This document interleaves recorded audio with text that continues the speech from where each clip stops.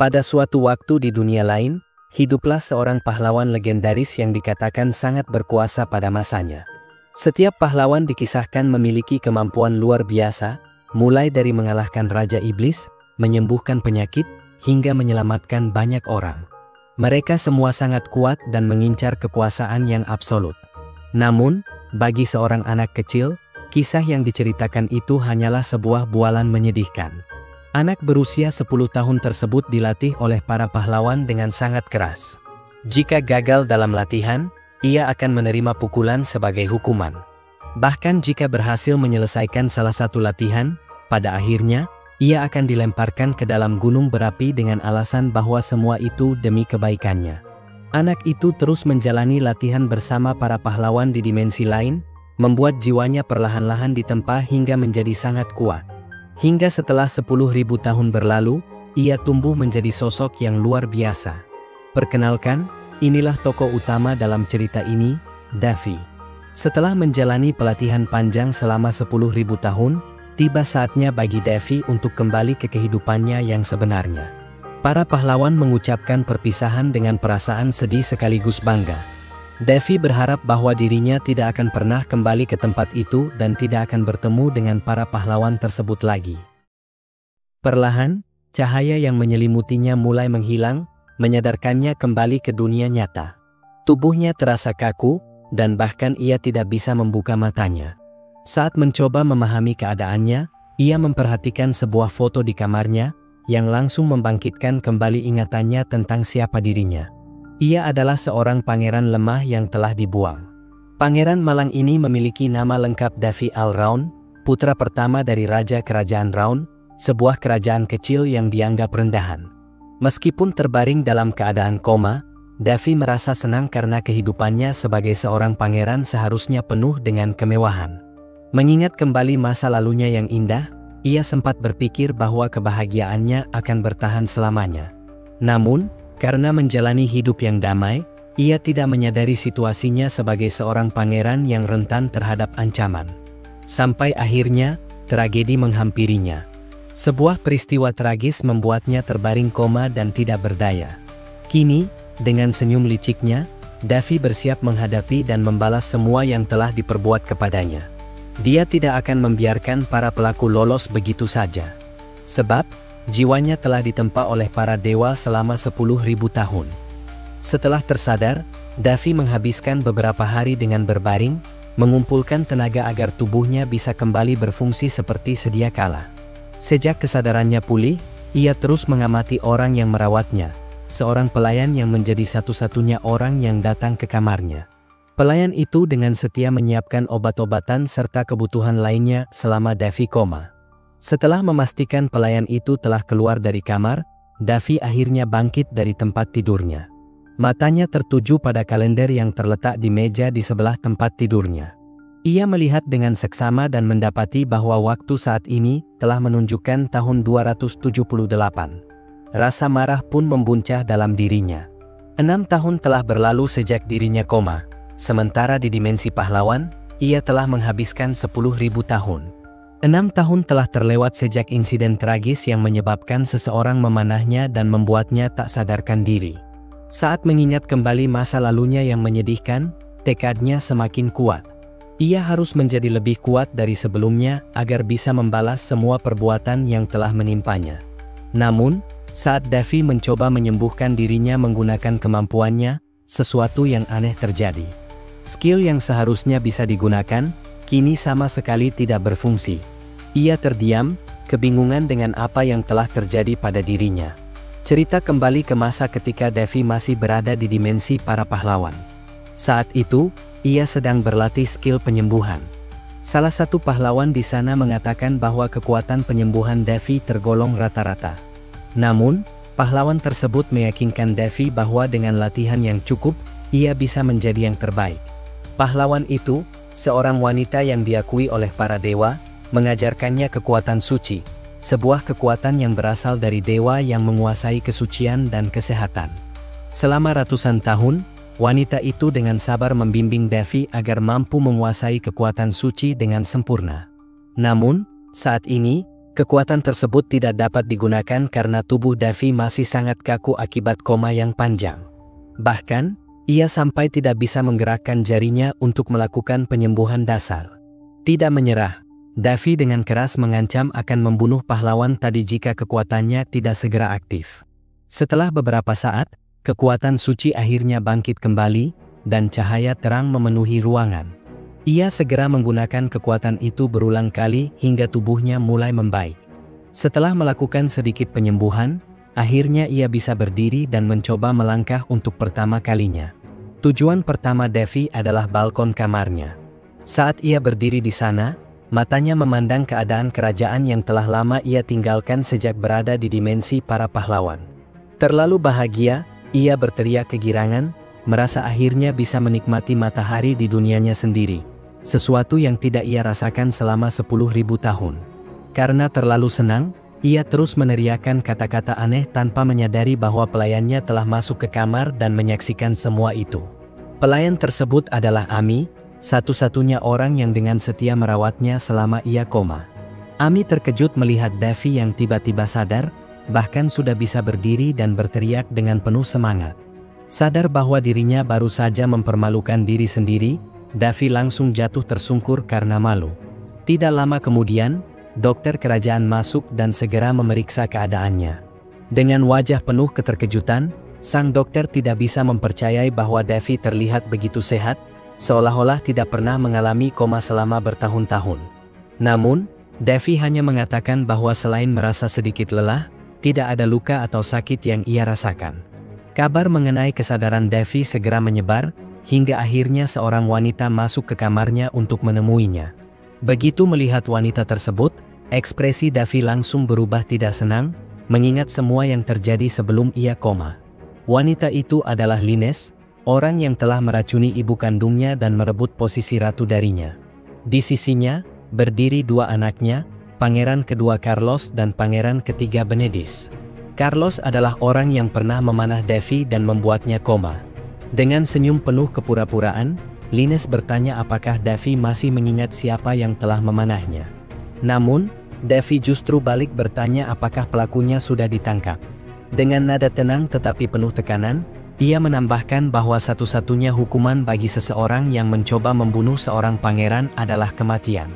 Carlos terkejut mendengar perkataan tersebut keluar dari mulut Davy, karena ini sangat berbeda dari sifatnya sebelum koma. Lines dengan santai menyangkal semua itu dan mengatakan bahwa kasus tersebut telah lama ditutup. Beberapa saat kemudian, sang dokter berpamitan dan menyatakan bahwa dengan kondisi Davy yang sudah membaik, ia akan pulih sepenuhnya dalam beberapa hari. Saat berjalan keluar, Lines dan anak-anaknya masih sempat mengejeknya dengan menyebut pangeran pertama sebagai seseorang yang sangat memalukan. Setelah semua orang pergi, Davy akhirnya kembali duduk di tempat tidurnya dan menggunakan skill penyembuhan sambil mencerna semua kejadian yang baru saja berlangsung. Ia menyadari bahwa tidak ada satupun dari mereka yang menyadari bahwa dirinya telah menggunakan kekuatan suci. Perbedaan tingkat kekuatan yang terlalu jauh membuat mereka tidak bisa merasakan kehadiran energinya. Sambil berbaring, Davy mulai memikirkan rencana balas dendam yang pantas untuk Lines dan Carlos. Kejahatan mereka tidak akan dibiarkan begitu saja, dan ia akan memastikan mereka mendapatkan hukuman yang setimpal. Tak terasa, 2 minggu telah berlalu sejak Davy sadar dari komanya. Hari ini, ia mulai memangkas rambutnya dan rutin berolahraga untuk mengembalikan kekuatannya. Berkat latihan fisik yang disiplin selama masa pemulihan, kini ia mulai dapat mengendalikan mana dengan lebih lancar. Semua ini tidak terlepas dari ajaran para pahlawan di dimensi lain, yang telah memberinya pengetahuan mendalam tentang tubuh manusia dan pengobatan. Berkat mereka, pemulihan bukan lagi sebuah kesulitan baginya. Sihir pertama yang digunakan Davy setelah sekian lama adalah sihir pembersihan, yang membantunya membersihkan tubuhnya dalam sekejap. Setelah itu, Ami datang membawakan makanan. Ekspresi Davy langsung berubah tidak senang ketika melihat hidangan yang dibawakan adalah bubur. "Aku bukan orang sakit yang harus makan bubur," protesnya. Ami hanya bisa meminta maaf, menjelaskan bahwa ia hanya menjalankan perintah dari Lines. Walaupun sedikit kesal, Davy tidak terlalu mempermasalahkan hal itu. Namun, dengan santai ia meminta 10 piring tambahan. Ami terkejut melihat perubahan sikap Devi yang sangat berbeda dari sebelumnya. Dengan menggunakan sihir pengembalian, ia akhirnya bisa makan 3 kali lipat lebih banyak dari biasanya. Devi merasa puas karena akhirnya ia bisa makan dengan kenyang setelah sekian lama. Sebagai pangeran pertama, Devi tidak hanya berdiam diri. Ia mulai menjalankan tugasnya dengan mengecek beberapa laporan yang dibawakan oleh Ami. Saat membaca laporan itu, matanya menyipit tajam. Ia segera menyadari bahwa terdapat pengeluaran yang tidak masuk akal. "Berapa jumlah pelayan dan kepala pelayan yang ada di istana saat ini?" tanya Devi, ingin memastikan kondisinya. Dengan sedikit ragu, Ami menjawab dengan nada sungkan, "Saat ini, hanya aku seorang diri di sini." Devi menarik napas panjang, seolah sudah menduga jawabannya. Istana yang ia tempati sekarang bukanlah istana raja, melainkan istana lama yang pernah digunakan raja di masa lalu. Kondisinya terlihat jelas tidak layak huni, bahkan rumput liar tumbuh memenuhi lantainya. Selanjutnya, Devi bertanya tentang jumlah emas yang tersedia di istana. Ami menunduk sedikit dan menjawab dengan nada bersalah, "Saat ini hanya tersisa 6.000 emas." Devi terdiam sejenak, lalu kembali bertanya, "Bukankah seharusnya kita menerima 500 emas per bulan?" Ami mengangguk. "Tapi, jumlahnya sekarang hanya kurang dari 100 emas per bulan," jelasnya. Devi langsung menyadari bahwa sejak awal ia membaca laporan keuangan, Lines telah menguras uang istananya secara diam-diam. Rasa kesal mulai menguasai dirinya, namun ia tetap mempertahankan ekspresi tenang. Ia lalu bertanya lagi mengenai gaji yang seharusnya diterima Ami. Ami menundukkan kepalanya lebih dalam dan menjawab dengan suara pelan, "Aku hanya menerima sepertiga dari gaji seharusnya." Mendengar itu, Devi menghela napas panjang. Dalam hati, ia berpikir, meskipun Ami ini sangat baik, tapi dia benar-benar terlalu bodoh. Ami berasal dari keluarga miskin dan telah setia merawat serta menjaga istana ini sendirian selama 6 tahun, bahkan sejak sebelum Devi koma. Tanpa ragu, Devi segera memerintahkannya untuk mengambil semua gaji yang belum dibayarkan. Ami membelalakan matanya, tidak menyangka bahwa Devi akan melakukan hal itu untuknya. "Aku melakukan ini untuk satu-satunya orang yang berada di sisiku selama aku koma," ujar Devi dengan santai. Ami menunduk dengan wajah yang mulai memerah, merasa malu sekaligus tersentuh oleh sikapnya. Setelah menyelesaikan urusan dengan Ami, Devi memutuskan untuk berjalan-jalan dan melihat langsung kondisi istananya. Namun, semakin ia melihat sekeliling, semakin ia tidak habis pikir. Sebagai pangeran pertama, ia harus hidup dalam keadaan menyedihkan seperti ini. Jika leluhurnya melihat ini, mereka pasti akan merasa malu. Yang paling membuat Devi kecewa adalah ayahnya, sang raja, yang bahkan tidak peduli dengan keadaannya. Berjalan pelan, ia berkata dengan nada tenang namun penuh emosi, "Aku hanya diam saja saat ibuku dibunuh, dan sekarang ayah bahkan tidak menganggapku ada." Namun, di tengah rasa kecewanya, Devi masih merasa bersyukur. Setidaknya, masih ada Ami yang setia di sisinya. "Aku menantikan kerja sama kita ke depannya," katanya sambil tersenyum. Mendengar itu, Ami hanya bisa menunduk, tersipu malu. Tempat pertama yang ingin Devi kunjungi segera adalah Departemen Keuangan. Namun, saat tiba di sana, ia merasakan tatapan merendahkan dari semua orang. Mereka menganggapnya sebagai pangeran payah, seseorang yang bahkan hanya memiliki satu pelayan yang setia menemaninya. Tanpa memperdulikan pandangan tersebut, Devi duduk dengan tenang lalu langsung bertanya kepada kepala Departemen Keuangan mengenai kemana perginya emas yang seharusnya 500 per bulan, yang kini hanya tersisa kurang dari 100 emas. Dengan wajah datar, kepala keuangan hanya menjawab bahwa jumlah tersebut dikurangi untuk biaya perawatan istana. Jawaban itu membuat Devi merasa mual. Dikelilingi beberapa orang yang mulai memperhatikan, ia menegaskan bahwa jika emas itu benar-benar digunakan untuk perawatan, mengapa istananya justru tampak seperti reruntuhan? Rumput liar tumbuh di mana-mana, bahkan bukit di sekitar istana hampir longsor. Mendengar pernyataan itu, kepala keuangan tetap berusaha mengelak dan mengatakan bahwa hal tersebut bukan dalam pengawasan Departemen Keuangan, lalu menyarankan Devi untuk datang ke Departemen Perawatan jika ingin jawaban yang lebih jelas. Devi tidak tertarik mendengar alasan lebih lanjut. Dengan nada dingin, ia meminta Ami bersiap-siap, karena ia ingin segera pergi dari tempat itu. Namun, sebelum pergi, ia menambahkan bahwa jika dirinya benar-benar pergi ke departemen perawatan, pasti ia hanya akan mendapatkan jawaban yang sama seperti di departemen keuangan. Saat berjalan di lorong istana, Davi meminta Ami untuk membawakan pedang. Ami yang terkejut bertanya dengan suara ketakutan, "Untuk apa Anda membawa pedang?" Davi hanya tersenyum penuh arti dan menjawab, "Aku hanya mencari seseorang." Seseorang itu adalah makhluk yang nyaris tidak bisa disebut manusia.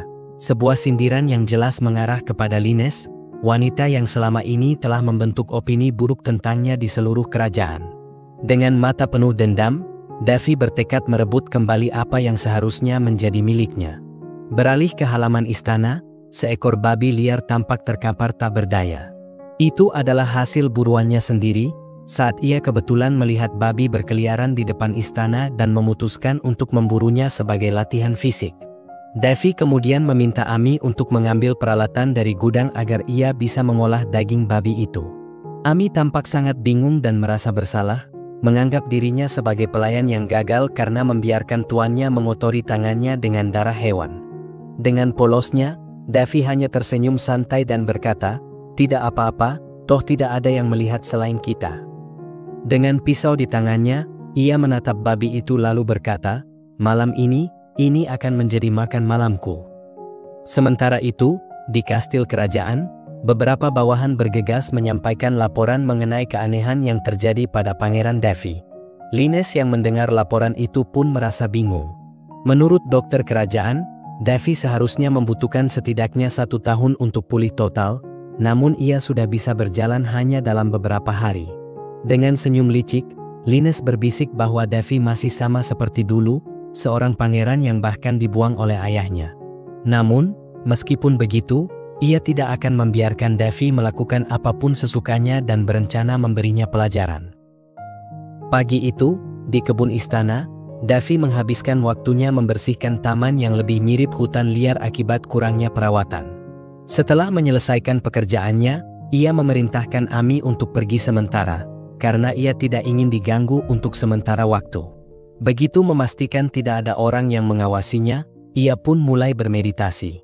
Davi mulai membentuk pelindung di sekitarnya, lalu dengan hati-hati menyerap mana yang ada di sekelilingnya menggunakan teknik pernapasan mana. Teknik ini memungkinkannya mengumpulkan mana yang seharusnya membutuhkan waktu 1 bulan hanya dalam beberapa hari saja. Saat Davi tengah berkonsentrasi, ia merasakan kehadiran seseorang yang mengawasinya. Tanpa membuka mata, ia bertanya dengan suara tenang, "Siapa di sana?" Setelah menunggu beberapa saat dan tidak mendapat jawaban, Davi memutuskan untuk tidak ambil pusing. Ia hanya mengira bahwa orang tersebut adalah mata-mata yang diperintahkan oleh Lines. Dengan langkah tenang, ia terus berjalan menuju sebuah pondok di tengah kebunnya, memastikan bahwa tidak ada yang lagi mengikutinya sebelum melanjutkan latihan sihirnya. Davi mulai dengan mengatur putaran mana di dalam jantungnya. Namun, ia tahu bahwa jika langsung membentuk lingkaran mana di tubuhnya, hal itu bisa menyebabkan jantungnya meledak karena tabrakan antara mana biasa dan kekuatan suci yang ada di dalam dirinya. Oleh karena itu, ia memulai dengan mencocokkan semua nadi di dalam tubuhnya untuk secara perlahan memasukkan mana ke dalamnya, menghindari bentrokan antara kekuatan suci dan sihir. Dengan kesabaran dan ketelitian, Davi akhirnya mulai menguasai metode itu. Untuk menguji keberhasilannya, ia mengeluarkan sihir kecil dari tangannya. Saat itu, bayangan para pahlawan dari dimensi lain muncul di hadapannya. Mereka adalah orang-orang yang telah membimbingnya selama ini, yang telah memberinya pengetahuan dan kekuatan untuk bertahan. Dengan senyum percaya diri, Davi bergumam, "Kali ini, aku tidak akan gagal." Ia pun melanjutkan latihannya dengan tekun dan penuh fokus, hingga waktu berjalan begitu cepat tanpa ia sadari.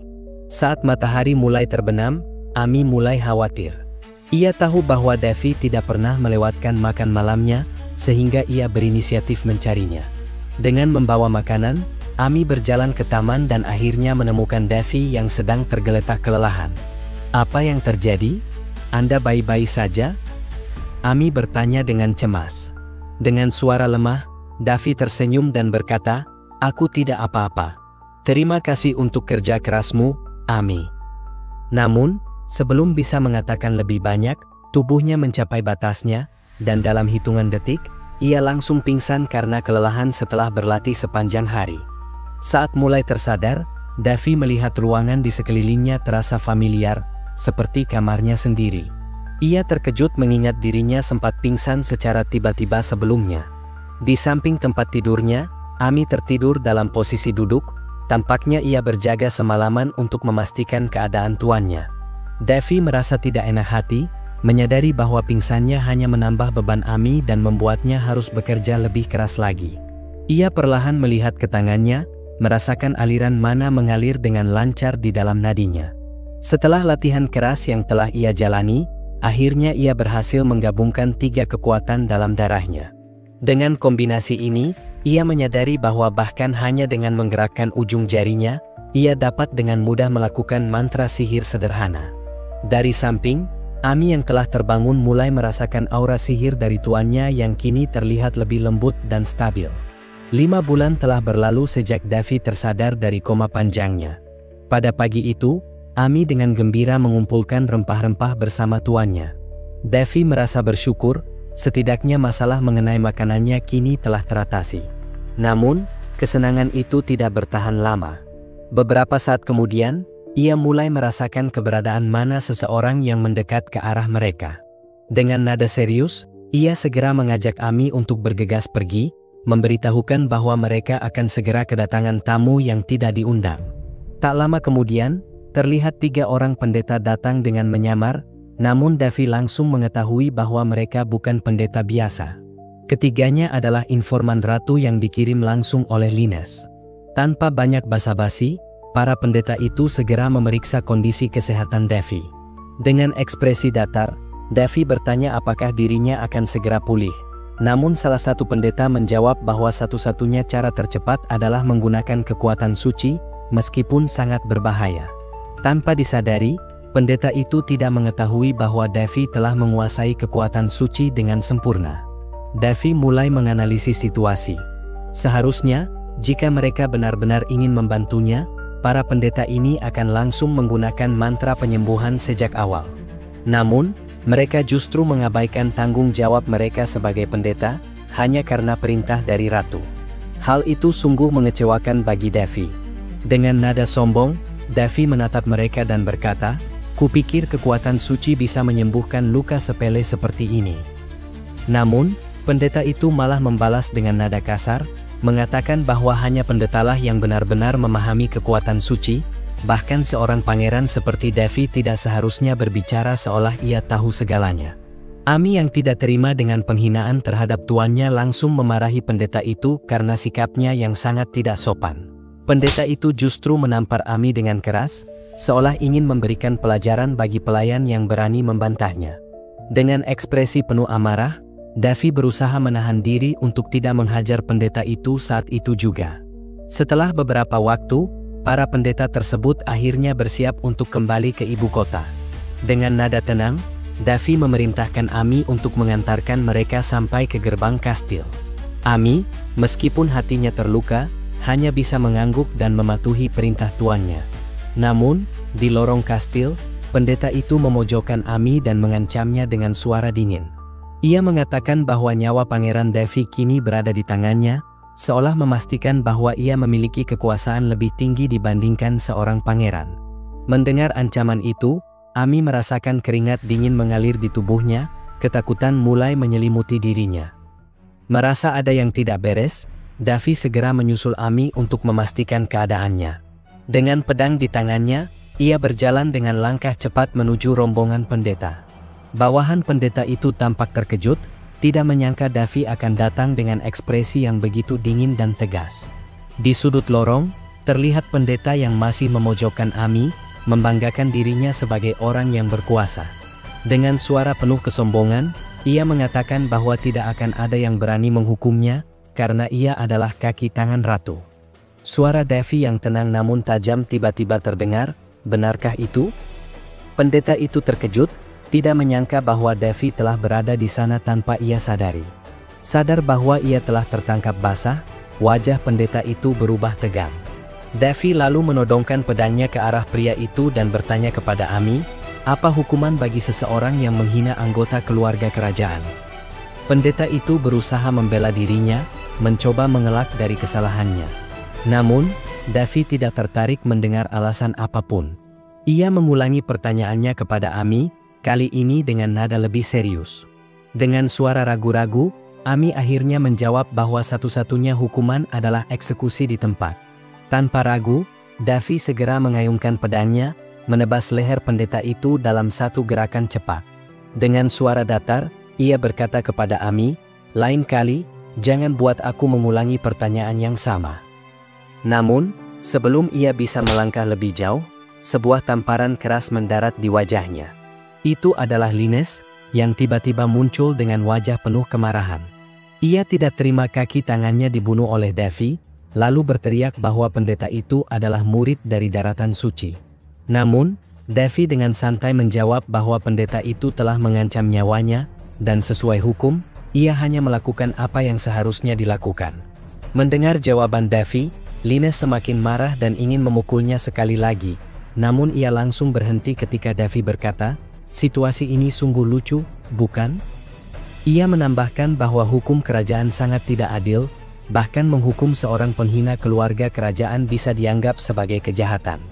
Ia lalu bertanya dengan nada tajam, sejak kapan status bangsawan lebih rendah dari seorang murid suci? Linnes terdiam, tidak menyangka Davy bisa mengatakan sesuatu seperti itu.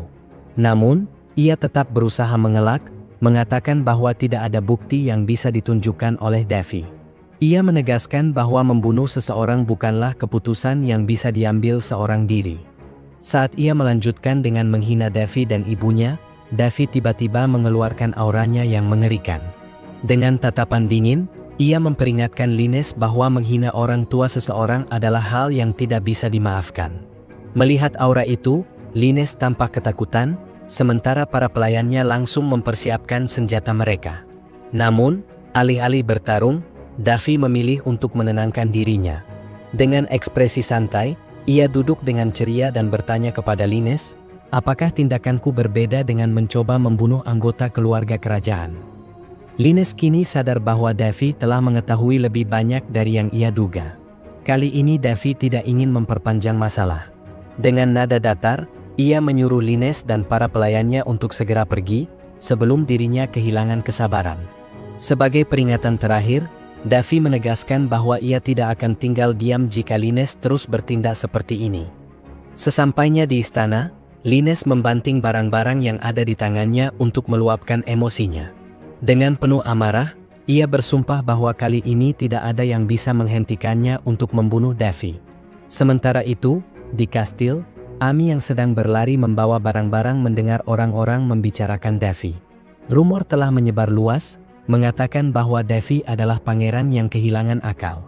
Reputasi Davy yang semakin buruk membuat lebih dari setengah penghuni istana kini berpihak pada Ratu Linnes.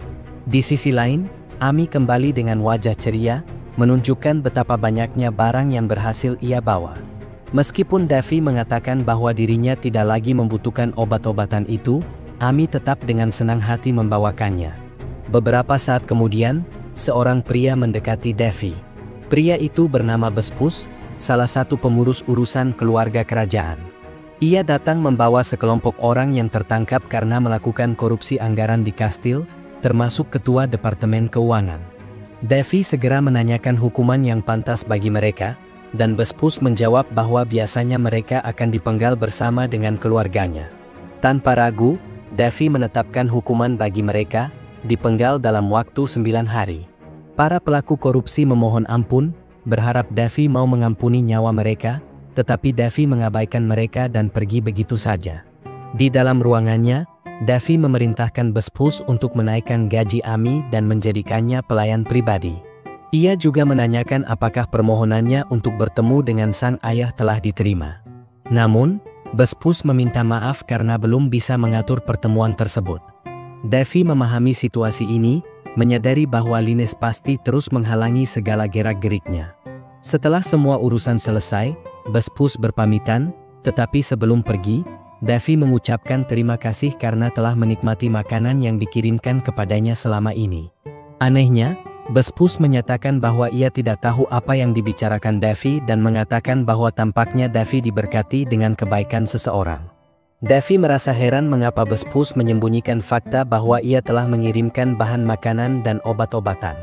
Namun, mengetahui bahwa ada orang lain selain Ami yang berpihak padanya di istana ini, Davy merasa sedikit lega.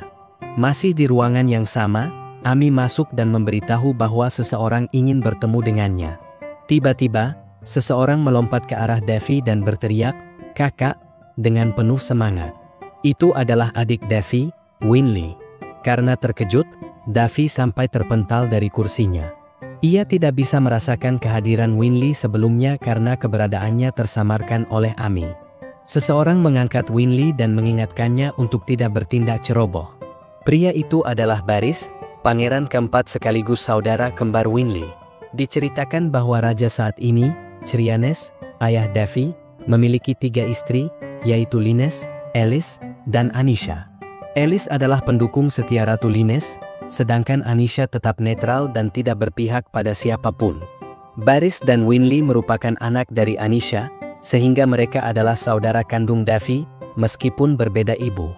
Kedua kakak beradik itu terus bertengkar mengenai hal-hal yang tidak penting, sementara Davy dan Ami hanya bisa melihat mereka dengan perasaan nostalgia, mengingat betapa gaduhnya suasana di masa lalu. Namun, di balik kegaduhan itu, Winley dan Baris adalah 2 saudara yang paling menghormati dan mendengarkan kata-kata Davy. Setelah suasana kembali tenang, mereka duduk bersama menikmati teh. Winley dan Baris menceritakan bahwa setelah Davy koma, mereka berdua dikirim ke wilayah terpencil. Saat itu, mereka masih berusia 8 tahun dan tidak bisa melawan keputusan tersebut. Ibu mereka, Anisha, mencoba menghalangi rencana busuk Lines, tetapi ia tidak memiliki kekuatan politik yang cukup untuk melawan. Davy memahami situasi tersebut dan kemudian bertanya tentang kondisi ayah mereka. Baris menjelaskan bahwa ayah mereka sedikit kelelahan, namun Winley terkejut karena Davy belum bertemu dengannya. Winley tampak sedih mengetahui keadaan Davy yang sekarang. Baris kemudian menanyakan kondisi kastil tempat Davy tinggal, yang tampak berantakan dan tidak layak dihuni. Davy menjelaskan bahwa semua itu akibat korupsi yang terjadi di dalam istana, tetapi untungnya, semua pelakunya sudah ditangkap. Baris dan Winley marah mendengar bahwa kakak mereka, yang merupakan pangeran pertama, diperlakukan dengan begitu buruk. Davy menenangkan mereka dengan mengatakan bahwa semuanya akan baik-baik saja karena ia sendiri yang akan menangani masalah tersebut. Saat berbincang, Davy menyebutkan bahwa ia mendengar kabar bahwa Winley memiliki bakat dalam sihir dan sekarang tergabung dalam kelompok artistik. Winley terkejut mendengar hal itu, sementara Baris mengaku bahwa ia adalah orang yang membantu Winley masuk ke dalam kelompok tersebut. Winley segera membantah dan mengatakan bahwa justru Barislah yang pertama kali memohon agar ia diterima.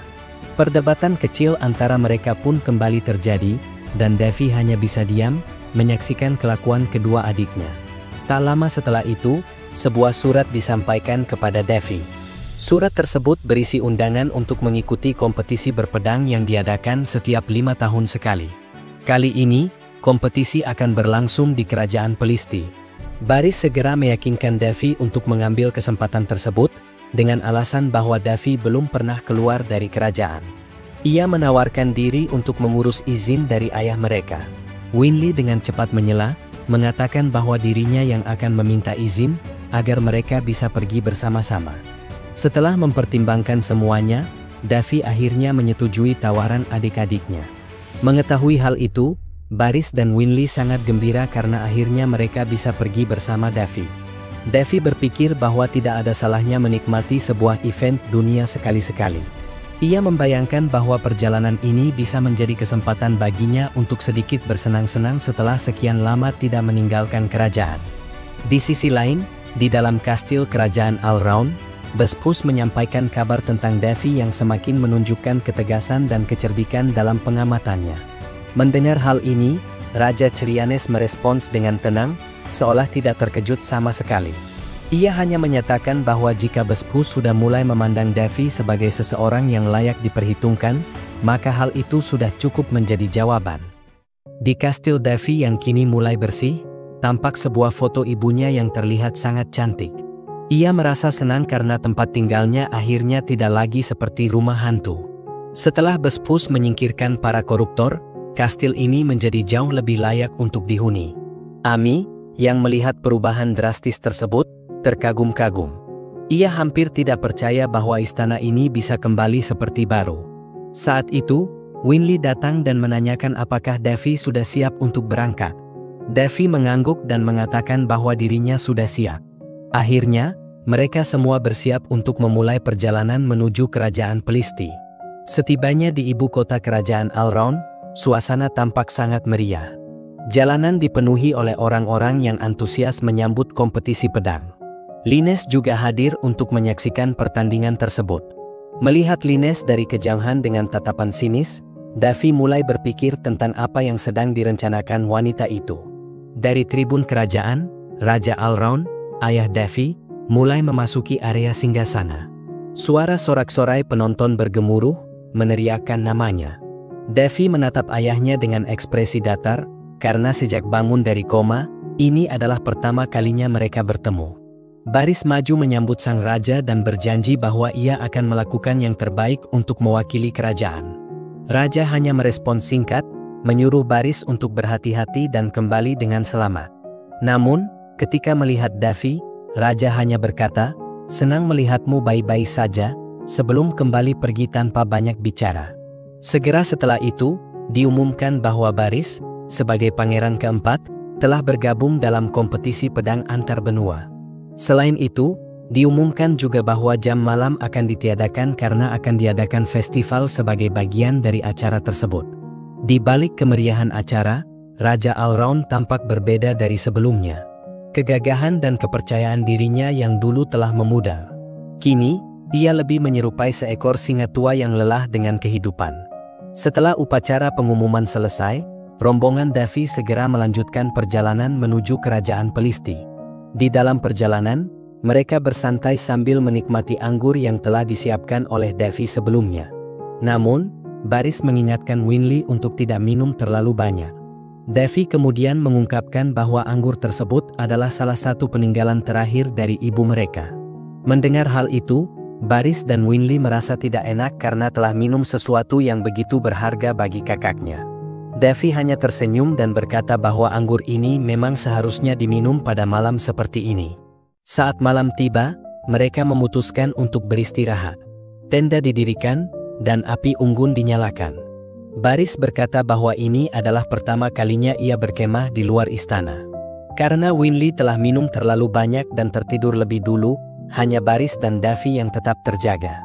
Mereka mengobrol tentang masa kecil mereka dan mengenang bagaimana mereka dulu pernah berencana untuk berkemah bersama, tetapi hal itu tidak pernah terjadi karena Davy jatuh sakit.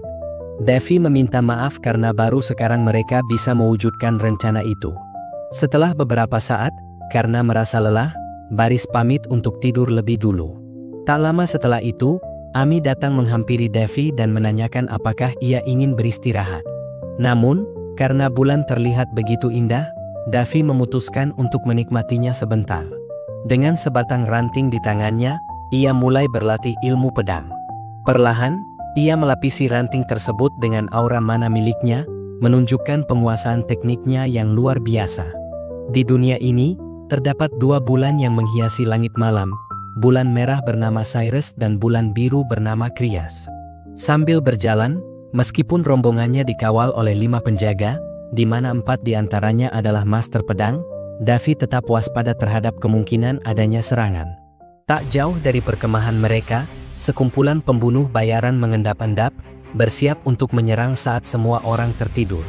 Ini adalah bagian dari rencana jahat Lines, yang berusaha menghabisi Davy sekaligus si kembar dalam satu serangan. Davy yang sudah waspada sejak awal langsung bertindak begitu ia mendeteksi kehadiran mereka. Dengan menggunakan ranting yang telah ia lapisi dengan mana, ia segera melancarkan serangan ke arah para pembunuh itu. Dahulu, seorang pahlawan pernah mengajarinya bahwa setiap benda di tangan bisa dijadikan sebagai senjata, dan Davy membuktikan kebenaran ajaran tersebut.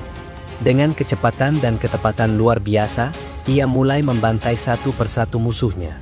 Para pembunuh bahkan tidak sempat bereaksi ketika Davy menyerang mereka dari belakang. Di kejauhan, Seorang wanita yang bertugas mengawasi serangan ini memperhatikan lilin-lilin kecil yang ia gunakan sebagai indikator mulai padam satu persatu, tanda bahwa para pembunuh mulai berguguran. Menyadari bahwa mereka dalam bahaya, para pembunuh yang tersisa memutuskan untuk menyerang Davy secara bersamaan dalam serangan combo. Semua serangan itu tidak berarti apa-apa di hadapan kekuatan Davy yang jauh melampaui mereka. Salah satu pembunuh mencoba menyerangnya dari belakang, tetapi Davy dengan mudah menghindarinya. Ia bahkan berkata bahwa ia sebenarnya tidak perlu menggunakan ranting untuk melawan mereka. Ketika seorang pembunuh berusaha melarikan diri untuk melaporkan kegagalan misi ini kepada Linnes, Davy tidak membiarkannya lolos begitu saja. Dengan cepat, ia mengarahkan sihirnya dan melancarkan serangan jarak jauh, menghabisi pembunuh itu sebelum ia bisa melarikan diri. Setelah memastikan semua musuhnya telah lenyap, Davy yang mulai mengantuk hanya menghela napas panjang. Ia tidak terlalu memikirkan insiden ini dan hanya ingin segera tidur. Di dalam kastil, Linnes menanyakan kepada pelayannya tentang para asasin yang telah dikirim untuk membunuh Davy. Dengan wajah ketakutan, pelayannya melaporkan bahwa semua lilin yang terhubung dengan nyawa muridnya telah padam, menandakan bahwa mereka semua telah tewas. Mendengar kabar tersebut, Linnes yang dipenuhi amarah menampar pelayannya karena gagal menyingkirkan Davy, bahkan setelah mengerahkan 20 asasin sekaligus. Ia mulai meragukan kemampuan klan Bulan Hitam, mempertanyakan apakah kekuatan mereka hanya sebatas itu. Pelayannya hanya menjawab bahwa ia akan menyelidiki kejadian yang sebenarnya dan menduga bahwa Davy mungkin memiliki pendukung yang tidak mereka ketahui. Dengan nada marah, Linnes memerintahkan pelayannya untuk menemukan siapa yang berada di balik perlindungan Davy dan segera menghabisinya. Jika misi ini kembali gagal, Linnes mengancam akan memutus kontraknya dengan klan Bulan Hitam dan menggunakan kekuasaannya untuk menghancurkan mereka. Saat matahari mulai terbit, rombongan Davy melanjutkan perjalanan mereka. Dari dalam kereta kuda, Winley menunjuk keluar jendela dan memberitahu bahwa mereka telah sampai di kerajaan Pelisti. Kerajaan tersebut dikenal sebagai negeri yang dibangun di atas reruntuhan bersejarah dan merupakan salah satu tempat terindah di benua. Menyaksikan keindahan kota itu, Davy hanya tersenyum. Baris kemudian bertanya apakah kakaknya menyukai tempat itu, dan Davy menjawab dengan tenang bahwa dirinya sangat senang berada di sana. Tak jauh dari mereka, terlihat sebuah arena megah yang akan menjadi lokasi diselenggarakannya kompetisi pedang terbesar di benua itu. Tempat tersebut terkenal karena sering digunakan untuk pertempuran, baik antar manusia maupun melawan monster. Sambil berjalan, Davy menanyakan jumlah peserta yang akan mengikuti kompetisi. Winley menjelaskan bahwa 8 kerajaan akan berpartisipasi. Ia juga menambahkan bahwa salah satu perwakilan dari kerajaan Fallan adalah seorang putri pedang yang terkenal. Davy penasaran dan bertanya lebih lanjut tentang sosok tersebut. Winley kemudian menyebutkan namanya, Elena de Fallan, satu-satunya putri kerajaan Fallan di antara 9 pangeran. Baris menambahkan bahwa Elena sangat populer, bukan hanya karena statusnya sebagai satu-satunya putri kerajaan, tetapi juga karena ia adalah pemegang pedang dewa. Mendengar hal itu, rasa penasaran Davy semakin bertambah. Winley menjelaskan bahwa pedang dewa adalah senjata legendaris yang dikenal sebagai pedang favorit para dewa. Pedang tersebut bernama Kaldiraas, sebuah mahakarya yang dibuat dalam semalam 1000 hari. Davy langsung mengenali nama itu. Ia teringat akan masa lalunya, ketika ia bertemu dengan master pertamanya di kuil, yaitu Dewa Pedang, Hares. Meskipun dikenal pemalas, Hares memiliki keterampilan pedang yang luar biasa, dan Kaldiraas adalah salah satu pedang miliknya yang sering didengar oleh Davy. Pedang tersebut juga yang digunakan untuk membunuh Raja Iblis. Sambil menikmati makanan, Davy mendengarkan Winley yang menceritakan asal-usul pedang tersebut. Konon, pedang itu memiliki roh yang berasal dari jiwa pembuatnya, sehingga hanya orang yang benar-benar dicintai oleh pedang itu yang bisa menggunakannya. Baris kemudian menambahkan dengan wajah serius bahwa ada satu alasan lain mengapa Elena begitu terkenal. Ia adalah salah satu dari 5 wanita tercantik di benua ini. Malam pun tiba di kerajaan Pelisti. Di kota, festival besar sedang berlangsung, dan Davy bersama adik kembarnya mengenakan pakaian mewah, bersiap untuk menghadiri acara tersebut. Suasana di kota begitu ramai dengan kehadiran banyak tamu dari berbagai kerajaan. Salah satu tamu penting yang turut hadir adalah putri kerajaan Fallan, Elena. Dengan nada angkuh, Elena menatap sekeliling dan berkomentar bahwa tempat itu tidak terlalu buruk untuk sebuah wilayah yang ia anggap tidak beradab. Di dalam kastil, sebuah pesta dansa bangsawan tengah berlangsung dengan meriah. Para tamu terlihat menikmati pesta, dan banyak di antara mereka masih sangat muda. Semua orang penting serta tokoh berpengaruh hadir dalam acara tersebut. Sementara itu, Daffy tetap memperhatikan adik-adiknya. Baris tampak gugup ketika disapa oleh beberapa wanita, sedangkan di sisi lain, Winley terlihat bahagia karena mendapatkan perhatian dari banyak orang. Baris yang mulai panik melirik ke arah Daffy, berharap kakaknya dapat membantunya. Namun sebelum Daffy bisa bertindak, Winley sudah menghampirinya lebih dulu dan mengajaknya berdansa.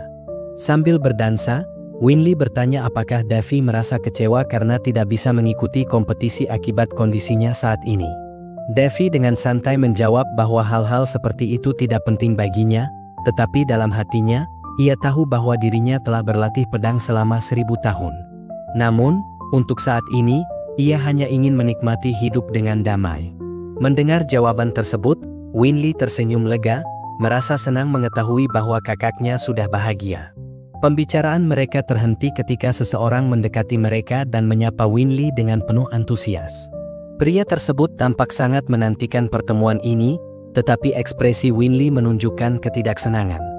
Dengan sikap tidak sopan, pria itu menyenggol Daffy sebelum memegang tangan Winley dan berkata bahwa ia ingin berbicara dengannya secara pribadi.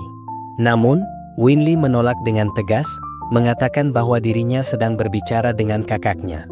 Dengan penuh kesombongan, pria itu memperkenalkan dirinya sebagai pangeran ketujuh kerajaan Boltis, Valetian du Boltis. Ia mengulurkan tangan untuk berkenalan, tetapi Daffy hanya memperkenalkan dirinya tanpa bersalaman, menatapnya dengan wajah dingin. Valetian kemudian bertanya alasan Daffy berada di tempat ini, dan Daffy dengan tenang menjawab bahwa ia hanya datang untuk menonton saudaranya. Merasa tidak nyaman dengan sikap Valetian, Daffy mulai bersikap lebih dingin. Valetian, yang tampaknya sombong dan percaya diri, berjanji bahwa ia akan memenangkan kompetisi demi kehormatannya. Namun, Winley dengan cepat menyanggahnya, mengatakan bahwa ucapan seperti itu tidak sopan terhadap peserta lain. Tanpa ragu, Valetian menyatakan bahwa hal itu tidak menjadi masalah karena ia pasti akan mewujudkannya. Tidak ingin berurusan lebih jauh dengan pria tersebut, Winley mengajak Daffy pergi. Namun, dari belakang, Valetian mencoba menarik tangan Winley secara tidak sopan. Dengan refleks luar biasa, Daffy segera mencegahnya dan memutar tangan Valetian hingga pria itu kesakitan. Dengan tenang tetapi tegas, Daffy memperingatkan bahwa tidak sepantasnya Valetian menyentuh tangan adiknya.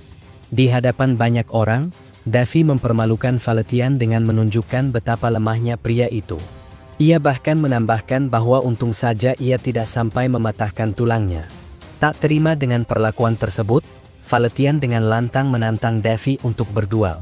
Winley dengan cemas berusaha menghentikan pertarungan yang hendak terjadi, tetapi Valetian bersikeras bahwa sebagai seorang ksatria, ia harus mempertahankan kehormatannya.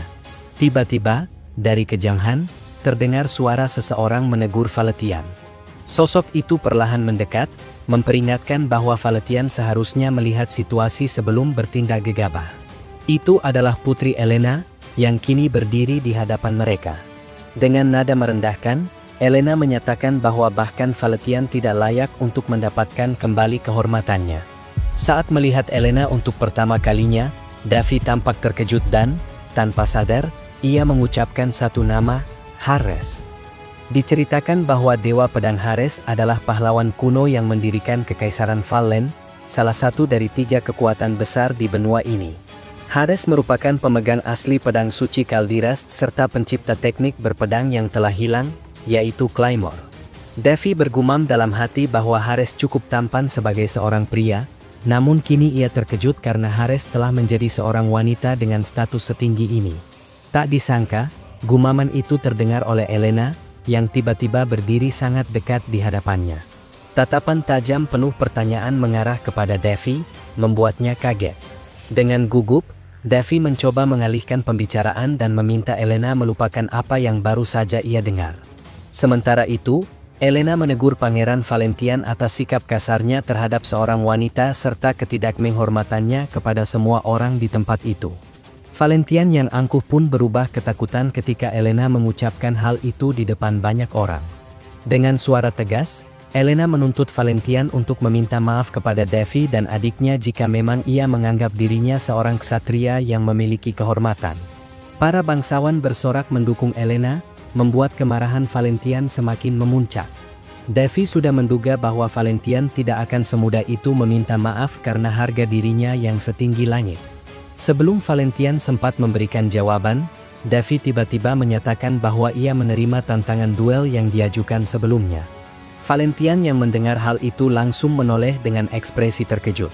Dengan penuh percaya diri, Devi menegaskan bahwa tidak ada yang bisa melarikan diri darinya. Elena mencoba mencegahnya, mengatakan bahwa duel ini tidak perlu dilakukan, tetapi keputusan Devi sudah bulat. Ia melepas sarung tangannya dan mengajak Valentian untuk segera bertarung, membuat lawannya tampak senang dengan tantangan itu. Pertarungan akan menggunakan pedang kayu, sesuatu yang sudah lama tidak digunakan oleh Devi. Baris menasihatinya untuk berhati-hati karena Valentian adalah salah satu pesaing yang cukup berbahaya, sementara Winley, yang khawatir, ditenangkan oleh Devi yang meyakinkannya bahwa ia tidak akan memaksakan diri. Dengan penuh kesombongan, Valentian mengatakan bahwa jika Devi bersujud dan mengakui kekalahannya, maka ia akan melepaskannya. Mendengar hinaan itu, Baris tidak terima dan hampir terpancing emosi. Namun Devi tetap tenang dan meminta semua orang untuk melihat saja bagaimana pertarungan berlangsung. Devi membalikkan perkataan Valentian, mengatakan bahwa jika ia yang menang, maka lawannya harus bersujud dan mengakui kekalahan. Valentian yang penuh kepercayaan diri menolak kemungkinan tersebut, namun akhirnya setuju dengan syarat itu. Devi pun memperingatkannya agar tidak melupakan perkataannya sebagai seorang pangeran. Keduanya mulai bersiap untuk duel. Devi, yang tidak berniat serius, memilih menunggu serangan pertama dari Valentian. Namun, lawannya justru mengejeknya, mengatakan bahwa Devi takut karena tidak segera menyerang. Merasa tertantang, Devi akhirnya mengambil ancang-ancang dan melesat dengan kecepatan luar biasa ke arah Valentian. Sebelum lawannya sempat merespons, Devi sudah berada tepat di depannya dengan teknik berpedang yang mengerikan.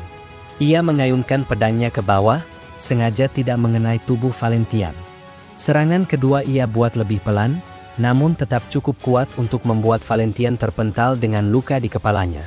Pedang kayu Valentian terlepas dari tangannya, sementara ia sendiri terhempas ke belakang. Devi dengan santai menyatakan bahwa ia sebenarnya tidak ingin menyerang lebih dulu, tetapi Valentian sendiri yang memaksanya. Valentian yang sudah terkapar menatap Devi dengan penuh kemarahan, sementara para bangsawan yang menyaksikan duel itu mulai berbisik-bisik, menyadari perbedaan kekuatan yang begitu besar di antara keduanya. Namun, meskipun sudah kalah telak, Valentian tidak gentar. Ia bangkit kembali, mengacungkan pedangnya, dan bersumpah akan membunuh Devi. Dengan santai, Devi menyangkal kemungkinan itu, mengatakan bahwa dengan keterampilan pedang yang dangkal, mustahil bagi Valentian untuk mengalahkannya. Tanpa membuang waktu, Devi terus-menerus menyerang, memperhatikan bahwa kuda-kuda Valentian sangat buruk dan ia bahkan tidak tahu cara mengendalikan kekuatannya dengan baik. Meskipun Valentian berusaha sekuat tenaga untuk menahan serangan Devi, ia terus-menerus dipukul mundur. Ia tidak menyangka akan mendapatkan perlawanan yang begitu keras. Dari ekspresinya, jelas terlihat bahwa ia mulai panik karena kecepatan serangan Devi berada di luar dugaannya. Untuk kesekian kalinya, Valentian terjatuh akibat serangan yang tidak mampu ia hadapi. Valentian tampak kesakitan dan dipenuhi rasa malu karena terus-menerus menerima serangan mutlak. Para bangsawan yang menonton mulai berkomentar bahwa seseorang yang berkali-kali terkena serangan seperti itu tidak pantas disebut sebagai master pedang. Mendengar celaan tersebut, Valentian marah dan membentak mereka agar diam, mengatakan bahwa mereka tidak mengerti apa yang sebenarnya terjadi. Devi menanggapi dengan tenang, mengatakan bahwa yang sebenarnya tidak mengerti apapun adalah Valentian sendiri. Dalam benaknya, Devi mengingat teknik yang baru saja ia gunakan, teknik berpedang mabuk, sebuah gaya bertarung yang mengayunkan pedang seperti seseorang yang sedang mabuk. Teknik ini diciptakan oleh salah satu pahlawan legendaris, Go Jun. Saat itu, Hares menganggap teknik ini cukup menarik, tetapi Go Jun sendiri menyebutnya sebagai teknik rendahan. Hares pun setuju, mengatakan bahwa teknik ini tidak seharusnya digunakan untuk membunuh seseorang, melainkan hanya untuk mempermalukan lawan. Kini, Devi menggunakan teknik yang sama dengan tujuan yang sama, membuat Valentian dipermalukan di hadapan banyak orang. Keunikan gaya berpedang mabuk terletak pada tipu daya dan manipulasi yang membuat lawan sulit memprediksi serangan berikutnya. Semakin banyak orang yang menonton, semakin efektif teknik ini dalam membuat lawan terpancing emosi dan jengkel. Devi melihat bahwa strateginya berhasil. Valentian menjadi semakin marah dan tidak bisa berpikir jernih. Dengan nada mengejek, Devi bertanya apakah Valentian baik-baik saja, seolah meragukan kemampuannya. Ia merasa sangat menikmati teknik ini karena lebih menyenangkan dibandingkan menggunakan gaya bertarung serius. Di sisi lain, Elena memperhatikan pertarungan dengan penuh ketertarikan. Ia belum pernah melihat gaya bertarung seperti ini sebelumnya. Sementara itu, Valentian, yang sudah tersulut amarah, mengaktifkan mananya dan mengalirkannya ke pedangnya, bersumpah akan membunuh Devi dengan serangan penuh tenaga. Baris dan Winley yang melihat ini segera berteriak, memperingatkan Devi bahwa serangan itu sangat berbahaya. Valentian melesat dengan kecepatan penuh ke arah Devi, mengayunkan pedangnya dengan kekuatan maksimal. Namun, Devi tetap tenang.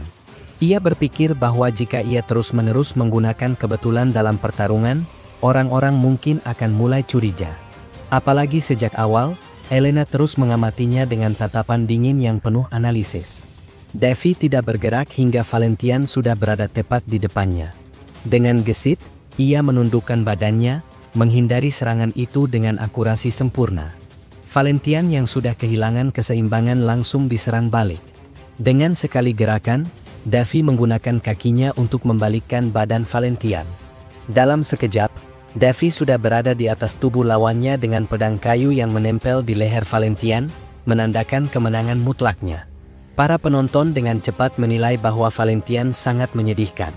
Bahkan melawan seorang pangeran yang baru bangun dari koma saja, ia tidak mampu.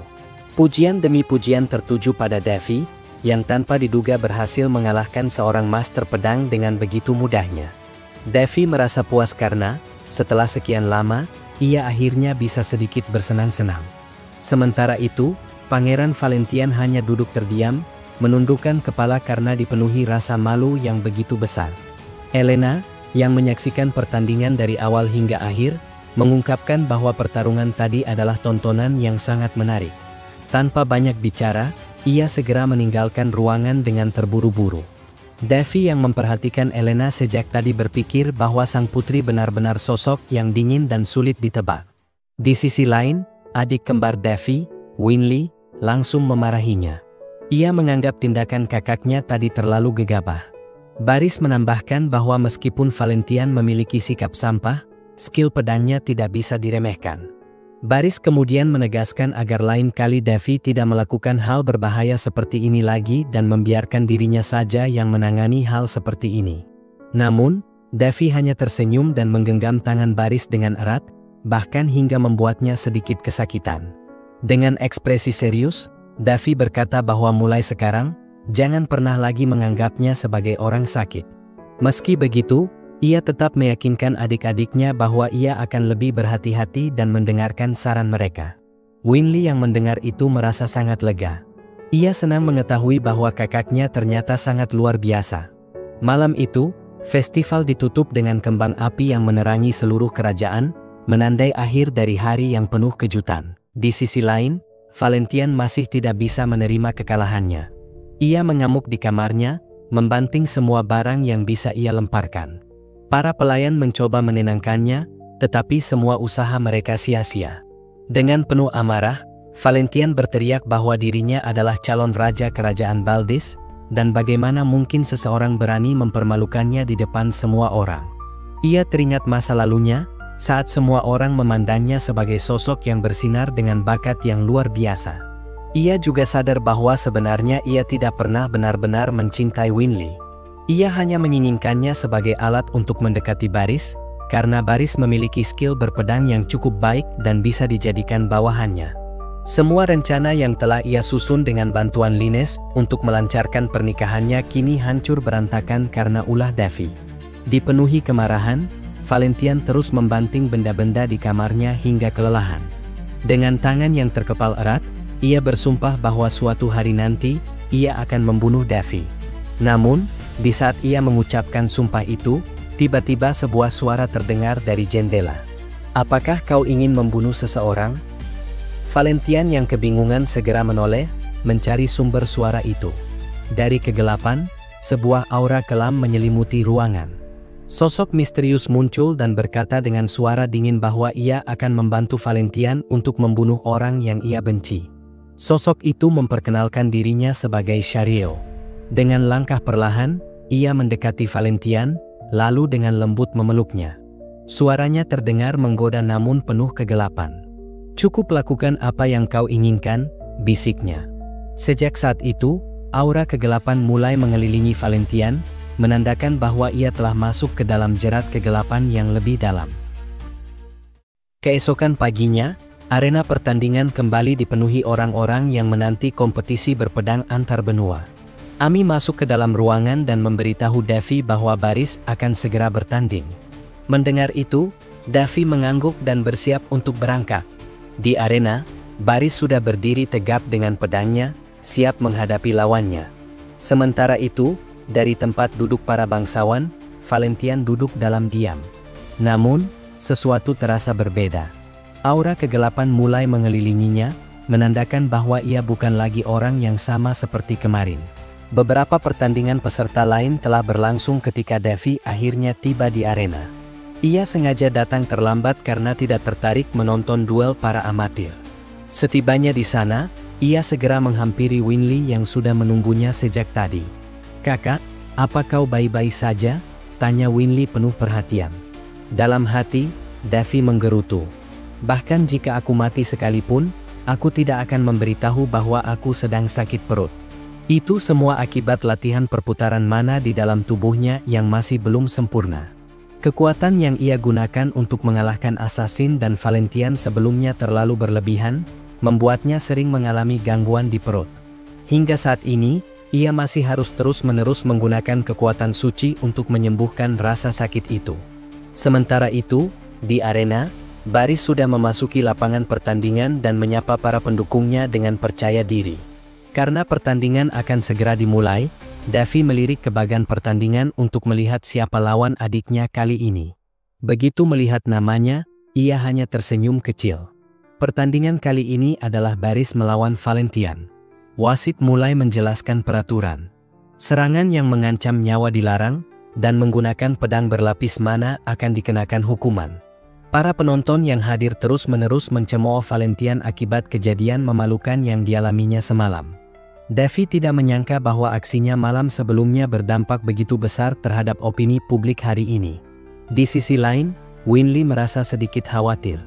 Ia tahu bahwa Baris sangat bersemangat, tapi jika terlalu terburu-buru, ia bisa saja terjatuh karena kesalahannya sendiri. Namun, Davy menenangkannya dengan santai. "Baris akan baik-baik saja. Dia sudah cukup berpengalaman," ujarnya. Kedua peserta mulai bersiap. Mereka menghunus pedang masing-masing, sementara para penyihir memasang pelindung magis di sekitar arena untuk melindungi para penonton. Wasit mengangkat tangannya, lalu dengan lantang mengumumkan dimulainya pertandingan. Begitu wasit memberi aba-aba, Baris dan Valentian langsung saling menyerang dengan kecepatan tinggi. Davy yang mengamati dari tribun menyadari bahwa gerakan Valentian sedikit berbeda dibanding kemarin. Di sisi lain, Baris menggunakan kekuatan penuhnya untuk memberikan tekanan besar pada lawannya. Namun, yang mengejutkan adalah betapa mudahnya Valentian menangkis serangan itu. Davy mulai berpikir, sejak kapan Valentian menjadi sekuat ini? Apakah duel mereka kemarin benar-benar membuatnya berkembang secepat itu? Namun, Davy meragukan hal itu. Bahkan seorang jenius pun membutuhkan waktu untuk mencapai level kekuatan seperti ini. Di lapangan, duel semakin sengit. Serangan demi serangan dilancarkan, dan Baris menunjukkan kecepatannya yang luar biasa. Winley, yang tak pernah melihat kakaknya bertarung secepat itu, terlihat sangat kagum. Davy menyadari ada sesuatu yang aneh. Dalam benaknya, ia teringat kembali masa kecil mereka. Saat itu, mereka bertiga sedang bermain di sebuah kebun, dan Baris pernah berkata dengan penuh keyakinan, "Aku ingin menjadi seorang ksatria ketika dewasa, agar bisa melindungi Winley dan Kak Davy." 6 tahun telah berlalu, dan kini Baris benar-benar menunjukkan hasil dari usahanya selama ini. Tapi, ada yang tidak beres. Valentian di hadapannya bukanlah orang yang sama seperti kemarin. Ada sesuatu yang mengerikan dan berbahaya yang mengelilinginya. Tak lama kemudian, Baris memutuskan untuk mengakhiri pertarungan dengan serangan pamungkasnya. Ia bergerak dengan sangat cepat, mengarahkan tebasan pedangnya ke Valentian. Namun, lagi-lagi Valentian dengan mudah menangkis serangan itu. Baris tidak menyerah. Ia terus melancarkan rentetan serangan cepat, tetapi saat itu juga, sesuatu yang aneh terjadi. Sebuah aura gelap tiba-tiba menyelimuti Valentian. Di hadapan Baris, aura itu bergerak dengan cepat, menyelimuti ruang pertarungan. Baris yang tengah menyerang mendadak merasakan hawa mematikan yang datang dari lawannya. Dalam sekejap, ia menyadari sesuatu yang sangat mengerikan, aliran mana yang keluar dari Valentian mampu membunuhnya. Di malam sebelumnya, Baris terlihat berlatih dengan sangat keras di halaman. Keringat membasahi tubuhnya, tetapi ia tetap mengayunkan pedangnya dengan penuh semangat. Davy yang sedang membaca buku menghampirinya dan menghela napas. "Karena kau tidak kunjung kembali, aku jadi tidak bisa tidur." "Sudahlah, lebih baik kau tidur dulu," ujarnya dengan nada santai. Namun, Baris menggeleng. "Malam ini aku tidak bisa tidur, Kak," katanya dengan tekad membara. "Kakak memang sudah mengalahkan Valentian, tapi aku masih belum puas. Aku ingin mengalahkannya dengan tanganku sendiri." Davy menatap adiknya yang penuh ambisi itu. Ia lalu duduk di salah satu batu besar, masih membaca bukunya sambil mengamati pergerakan mana dalam tubuh Baris. Dari sudut pandangnya, aliran mana Baris terlihat halus dan tenang. Sambil tetap mengamati, Davy tiba-tiba mendekati Baris dan menepuk bahunya. "Aku akan memijatmu sebentar," katanya. Baris menurut dan menutup matanya, tidak menyadari bahwa Davy sebenarnya ingin melakukan sesuatu terhadap aliran mana dalam tubuhnya. "Ini akan sedikit sakit," ujar Davy sambil mulai menyalurkan mananya. Seketika itu juga, Baris merasakan kesakitan luar biasa yang membuatnya hampir kehilangan keseimbangan. Ia bahkan harus meminta waktu untuk sekadar bernapas. Dengan tenang, Davy tetap melanjutkan prosesnya, memaksakan kinerja mana dalam tubuh adiknya. Ini adalah metode dari dunia lain yang mampu mematahkan semua hukum sihir di dunia mereka saat ini. Sambil mengucapkan mantra dalam bahasa yang tidak dikenal, Davy meletakkan tangannya di punggung Baris. Adiknya terkejut mendengar kata-kata asing itu, sesuatu yang belum pernah didengarnya sebelumnya. Beberapa saat kemudian, Davy tersenyum puas, sementara Baris justru terkapar tak berdaya akibat rasa sakit yang baru saja dialaminya. Namun, meskipun tersiksa, aliran mana dalam tubuhnya kini berkembang jauh lebih pesat. "Aku berikan jaminan kemenangan untukmu," kata Davy sambil berdiri. Setelah semuanya selesai, ia menatap adiknya dengan tatapan tajam dan memperingatkan, "Kalau kau tidak segera tidur, aku akan memberimu pijatan lainnya." Tanpa menunggu lama, Baris langsung berlari ke kamarnya untuk tidur. Di arena pertandingan keesokan harinya, ketika Baris terkena serangan mematikan di dadanya, pelindung yang telah ditanamkan oleh Davy sebelumnya segera menghalau serangan tersebut. Benturan energi itu begitu kuat hingga pedang milik Valentian terpental jauh. Penonton bersorak-sorai melihat jalannya pertarungan yang begitu sengit dan menegangkan. Winley, yang berada di tribun, terkejut saat melihat Baris ternyata mampu menggunakan pelindung mana. Namun, di sisi lain, Davy sudah tidak lagi berada di kursinya. Wasit segera datang dan memerintahkan Valentian untuk mundur. Dengan suara tegas, ia menyatakan bahwa Valentian telah melanggar aturan karena mencoba membunuh lawannya. Pelayan pribadi Valentian pun segera mendekat, menunggu perintah dari tuannya. Namun, yang terjadi selanjutnya sungguh di luar dugaan. Dengan tatapan penuh kemarahan, Valentian tiba-tiba mencekik leher pelayannya tanpa ampun. Beberapa detik kemudian, dengan kekuatan yang tidak wajar, ia meledakkan kepala pelayannya di depan semua orang. Sontak, seluruh penonton terdiam dalam ketakutan dan keterkejutan. Perbuatan keji itu benar-benar tidak masuk akal. Di saat yang bersamaan, aura gelap yang begitu pekat mulai keluar dari tubuh Valentian, menyelimuti sekelilingnya dengan hawa yang mencekam. Pangeran Valentian segera berubah menjadi sosok monster setelah membunuh salah satu pelayannya. Tubuhnya membesar, aura gelap menyelimuti dirinya, dan matanya bersinar merah penuh kebencian. Semua orang yang ada di sana segera bergegas melarikan diri, menyadari bahwa situasi telah benar-benar kacau. Di tengah kepanikan yang melanda, Davy muncul dengan ekspresi tenangnya yang khas. Ia melangkah menuju arena tanpa sedikit pun keraguan dan langsung menghampiri adiknya, Baris, yang masih berada di tempat pertempuran. "Bagaimana kondisimu?" tanya Davy dengan santai. Baris, yang masih terengah-engah, tersenyum tipis dan berusaha mengangkat kepalanya. "Aku masih hidup berkat penghalang itu," jawabnya lemah. Dengan bangga, Davy menepuk pundaknya. "Tentu saja. Penghalang itu adalah level tinggi yang terbuat dari mana khusus untuk melindungi penggunanya dari bahaya," katanya. Ia memang telah memasangkan penghalang tersebut sebelumnya untuk berjaga-jaga, namun tanpa perkembangan kekuatan Baris, mungkin adiknya itu tidak akan selamat dari serangan barusan. Setelah mengatakan itu, Baris akhirnya pingsan di pangkuan Davy. Para medis segera datang dan mengevakuasi Baris dari arena pertempuran. Sementara itu, Davy menatap ke arah Valentian yang masih mengamuk, membantai para penjaga yang mencoba menghentikannya. Dalam hati, Davy menggeram. Anak ini benar-benar harus diberi pelajaran. Para penyihir kerajaan akhirnya diturunkan untuk menekan amukan Valentian. Serangan bertubi-tubi dilancarkan ke arahnya, sihir api, es, dan petir menghantam tubuhnya tanpa henti. Namun, setelah semua itu, Valentian masih berdiri tegak tanpa luka sedikit pun. Di tengah situasi genting itu, Davy memutuskan untuk turun tangan. Ia melangkah memasuki arena dengan tenang, meskipun para penyihir kerajaan memperingatkannya untuk menjauh. "Ini terlalu berbahaya. Segera mundur," seru mereka. Namun, Davy mengabaikannya dan tetap berjalan ke arah Valentian. Winley, yang melihat kakaknya maju, langsung terkejut dan berteriak, "Kakak, apa yang kau lakukan?" Davy akhirnya menyadari penyebab kekuatan luar biasa Valentian. Bukan sekadar perkembangan mendadak, melainkan akibat sebuah kutukan.